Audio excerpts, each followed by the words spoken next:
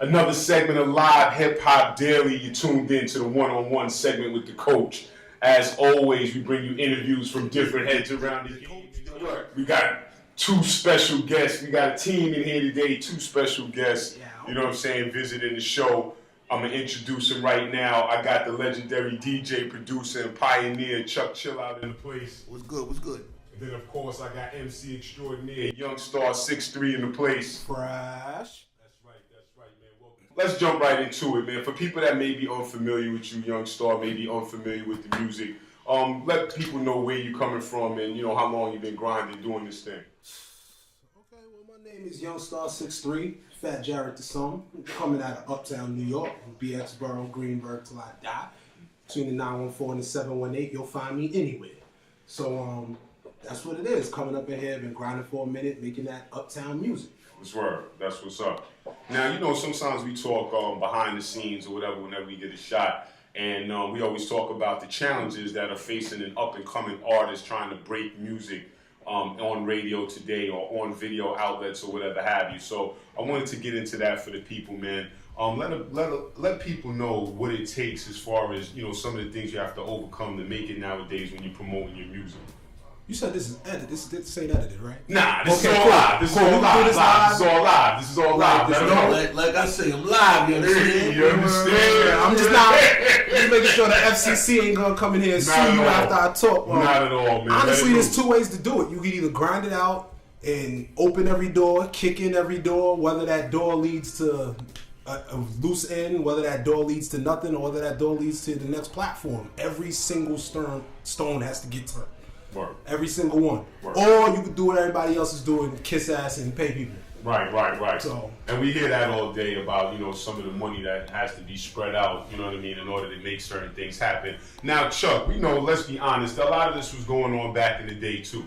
Not as far as... With the ball licking Yeah, you know, and the palms got to get greased up a little bit, you know what I'm saying, to get the record. Hip-hop, son! Yeah, but what's the difference then, man? If we knew what's been going on in the music industry from the past, and we see what's going on today, I would say, what's the biggest difference now getting a record played as opposed to in the past? Well, first of all, I don't see no people coming together as they do the conventions, the album release parties, the DJs coming together. I really don't see nobody anymore. Ever since this internet stuff kind of popped in, I really don't see nobody anymore. You know so that's one thing you got to take a look at. That's one thing, you know, in the conventions, you had the Jack the Rapper, right. the Impact, How Can I Be Down. And everybody would come and then you would see everybody and everybody would network and politics and do what they had to do. That's right. You actually go up to a president of a label, you're like, yo, money, I need to come see you. I need to talk to you. What the fuck is going on? Exactly. You know, there's none of that right now. Everybody's hiding behind this shit. Okay. Well, how you see it, YUNGSTAR? I mean, not seeing as much as y'all. The way I see it is like, just like he said, you used to see somebody, and then people used to take the culture serious. Like, if it was hot, they would get behind it. Right. Now it's like, we don't care if you're hot or not. You could be the dopest rapper on the planet. You only got 500 people looking at you.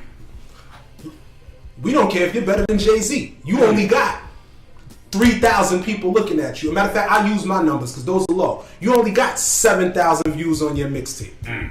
Like that's a huge number for me. You know, right. I'm happy. I'm like, yo, I didn't even think 7,000 people cared about YUNGSTAR63. That's what's up. But they don't want to give you nothing until you got 70,000 people looking at you. And then you got to have 70,000 people looking at you for your next 5 videos. Dude, if I knew how to do that without the label, I wouldn't let you take my money. Exactly. I wouldn't need you. Right, exactly. So It's like...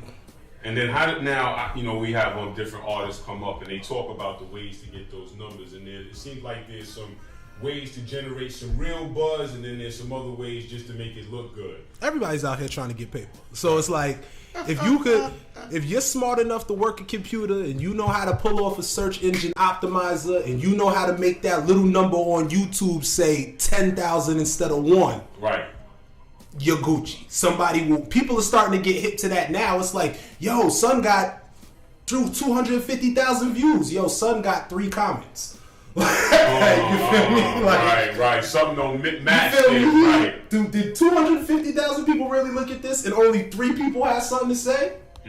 So it's like there's tricks to it. Yeah, they paying. Yo, I had one cat hit me with an email. Right. So yo, you give me $400, I'll get you 1 million views. So that's what it is right now. Yeah, I was like, really? I was like, really? I was okay. So that's what it is right now. So some of those views are inflated. Some of those views are not even real people. That's what it sounds like. Absolutely. That's exactly what it sounds like. You know, like when you see those Eddie spaghetti shit. Yeah. Word. Actually, you know what? I'll pick it up. Like, you ever seen Scandal? When Hawk be like, yo, I'm hacking through it with 3 computers, but Right. you only see one? Right. That's what's going on. These people know how to make that one computer terminal put out 15 signals, and then they'll watch those 15 signals will watch your video 40 times in a minute. Right. And then it's like, oh, they didn't watch the video. They didn't click this link 40 times in a minute. 15 computers behind one. It looks like an army done looked at you. Right. But it's not really the case. The person who's doing it ain't even looking at you. He's running a program. Like, Right. Wow. So let me ask. Let's talk creatively for a minute. Like I said, for people that I may feel like I'm in a glass jail here. You are. You're in the bubble. You're in the glass Oz right here, bubble man. now. This is Oz. Glass bubble This right now. is Oz, B. Yeah, Waiting for bro. Ada B season all in the basketball. Right, so the one-on-one.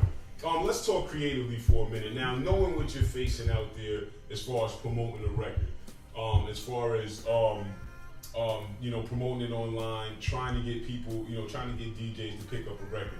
Is there any particular mind state that you try to get into when you go into write lyrics or make records, or you're saying, look, this is the way we're doing it, we're going out and knocking it down this way. I'm not making it in order to please a programmer, music director, or a DJ. Yeah, How do you balance that out? And that's probably been the hardest thing, especially having good guidance. Like there's a big age difference between me and Chuck, generation difference. Right. He started hip hop. It was handed to us. Right. So it's like sometimes you want to make music for the radio, like you want to make music for the DJs and all of that and whatnot. But then you got to remind yourself, like, hip hop is about reality. Right. Reality is what sells. So it's like, when you make real music, real people get behind it. Right. You can make anything real, and they're gonna bump it in those clubs because those people want to hear that realness after a long week of hard working and all of that. So I make sure when I sit down and I write my lyrics and everything, I'm not gonna front. Most of the time, there's a spliff involved. Right. Like, Right. Motivation. I'm rolling up. The beat is bumping. Weed motivation. I ain't that shit to me, son. Ask Bob Marley, man. He said the same thing. Happy belated birthday. Happy belated birthday to the OG. But Bob Marley says something very great. One of his most famous quotes is, when you smoke the herb, it reveals yourself to you. And I can believe that because I smoke herb a lot. Right. And I have learned a lot smoking that herb. I remember we smoked 20 years ago. You paid $5 for a bag of weed, nigga. Right. You got 20 joints. Yeah, that's been over. For Bronx Avenue, 221st Street, you put your money in the hole. It's all different now. Yo, gentrification is a big thing. We talk about how our neighborhoods have changed as these huge corporations have come in. Absolutely. And that's one of the biggest differences, because the street entrepreneurs have had to change their whole game around. There's no more going sliding your money in the slot no more. That slot now is just CVS. T-Connection, uptown in the Bronx, one of the original clubs. Bally's on the top. He said that slot is a CVS. Yeah, it's CVS now. T-Connection is like Bally's and Chase Bank or something like that. It ain't a Bally's. What is it now? What's the woman's thing called? What's it? Curve. It's a workout. But it's not Bally's. But it's for the women. Right. It's for the women. It's not Bally's. What's the name of that thing? I forgot. And you gonna turn the T-Connection into that, son? Come on, man. Come on, Things change. Hip hop is crazy. And the Stardust Ballroom is a fish market. There you go. So things change. Does it? Things change. But that's interesting to know. I always wonder how an artist strikes a balance when they go into create, knowing that they're going out. I just want to make good hip hop, son. Right. Like most of the time, if like we just finished the album, right? Like literally before we walked here, right? We finished the album. So it's like when I went into that album making mode, it was just about, yo, if I never got a chance to make another album, what do I need these people to hear now? That's what's up. If I died tomorrow and these last X amount of tracks was all I had to leave, would they know YUNGSTAR63? That's what's up.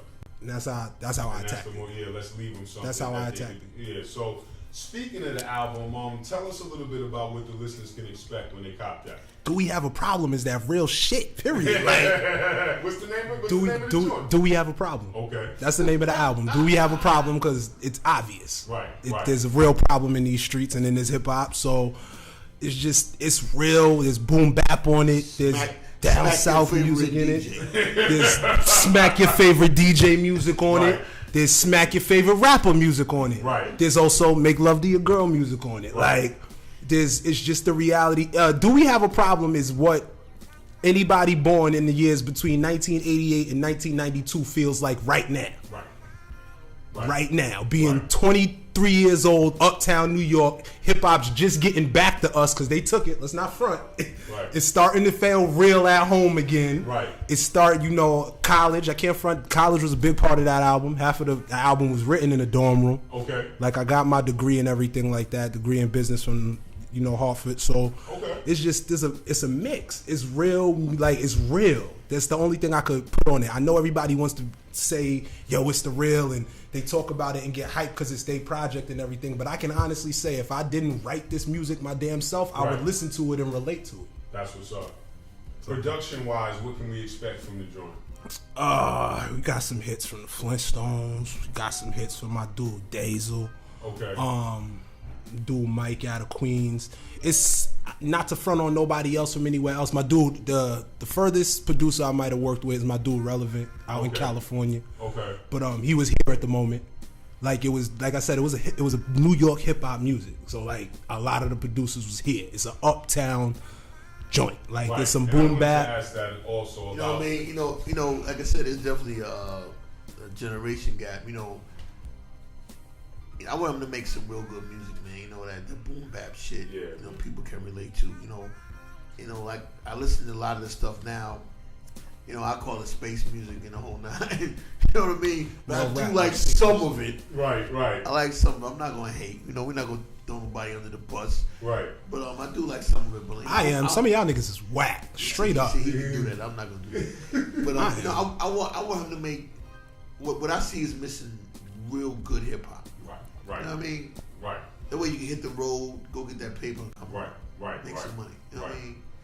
Because I look at some of these acts and go, come on, man, you ain't gonna be around 3 or 4 years from now, son. Word, garbage ass niggas. And the funny thing is, not to cut you off, but on that point, I don't even think the labels that sign them expect them to be around 4 years. I don't either.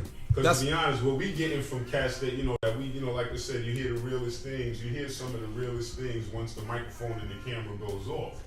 And a lot of times what you're hearing is a lot of these labels, at least the majors, are not expecting this artist that they just signed to be around past this first album. Yeah, they have a single. Big shout to Leo Cohen. Yeah. Gotta plug him right now. Yeah, there you go. Big shout to him. They have a single. The single could be some fuddy-duddy stuff if it's all go, everything, whatever the single is about. It's probably not going to be around very long. King They of the knows that, cornballs. but they're just going to keep promoting that, because right behind that, they have another kid that looks about the same, sounds about the same, and whatever. got another that they're just going to put in that slot once the kid in front of them falls away. So it's odd the way some of these major labels are even positioning these artists. They don't even expect them to stay out much longer, which says a lot about where the culture is going from their standpoint. We definitely ran into that as well too. Not gonna drop no names and nothing like that, but we ran into that same issue. We had label meetings the same time as Teach Me How to Dougie record. Right. And they straight told us, you might be dope. Those kids is dancing, and they got 55,000 people looking at them. Straight paper. That's it. It was a numbers game. You could be as dope as you want to be. They got 55,000 people looking at them. We go. Yes, why we talk like this. Way back. Talk like this. Know the deal. Way back to one of the video music box days. Before Tracy Lee. Before that. The Bronxwood Avenue. All of that. Alton Avenue. All that good go shit. check your Tracy old video music box VHS tapes from 90, 91, old school Wednesdays. You know what it is. Word up on the corner. Throwing bottles at niggas. Everything, man. Come on, video music box. Shout to Ralph, man. You know what I mean? That's what it was. Uncle Ralph, what up? And we'll talk a little bit about that too when we come back. We're about to go to a break. We're going to jump. commercials? Yeah, we're going to jump.